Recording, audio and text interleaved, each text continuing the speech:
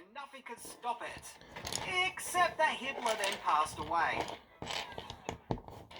As sad as that was, unlike last time, the project wasn't scrapped. Instead, Ron Miller, the Disney's producer originally approached for the film, stood in as the movie's main producer. Yeah, the production of this movie is a long and messy one, and the trials and errors don't end there.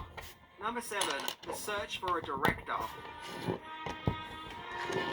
Director John Huff was brought on board to direct The Black Hole.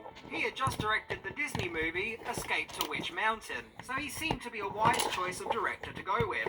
However, Huff didn't like the script, so he passed the script on to Summer Arthur Long to do rewrites.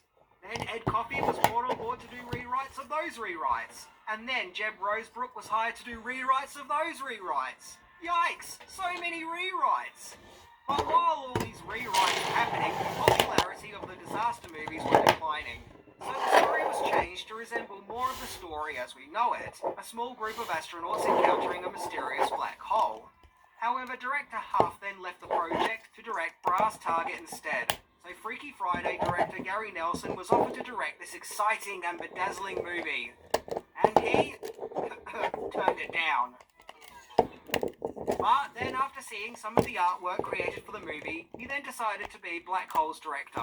However, still unsatisfied, Disney hired writer Jerry Day to do more rewrites, where the movie was finally given its title as we know it, The Black Hole.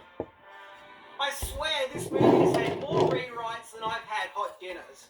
It seems that the biggest problem with the script that was causing all these rewrites was the scientific inaccuracies, which was so mind-boggling. Alan Dean Foster, who wrote the movie's novelization, couldn't make sense of it, and came up with a list of changes to make to the story in order for it to make more sense, which led to a meeting at Disney to be held to try and figure out what to do. Number 6, the special effects of the black hole. So with George Lucas's Star Wars coming out and being a big hit, Disney knew that that was the direction to go in.